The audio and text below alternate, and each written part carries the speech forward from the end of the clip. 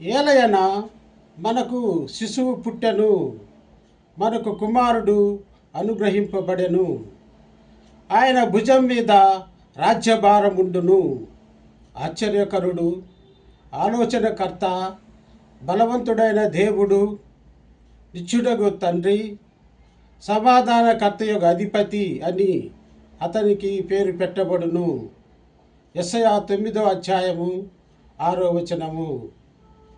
లోకరక్షకుడైన యేసుప్రభు, సమాధానకర్త యొక్క అధిపతి మేము ఆరాధించున్నాము, మేము గణపరుచున్నాము. ప్రభువా, తండ్రికిని మాకును మధ్య ఉన్న పాపాన్ని తీసివేసి తండ్రితో సమాధానపరిచారు. అందుకు వందనాలు.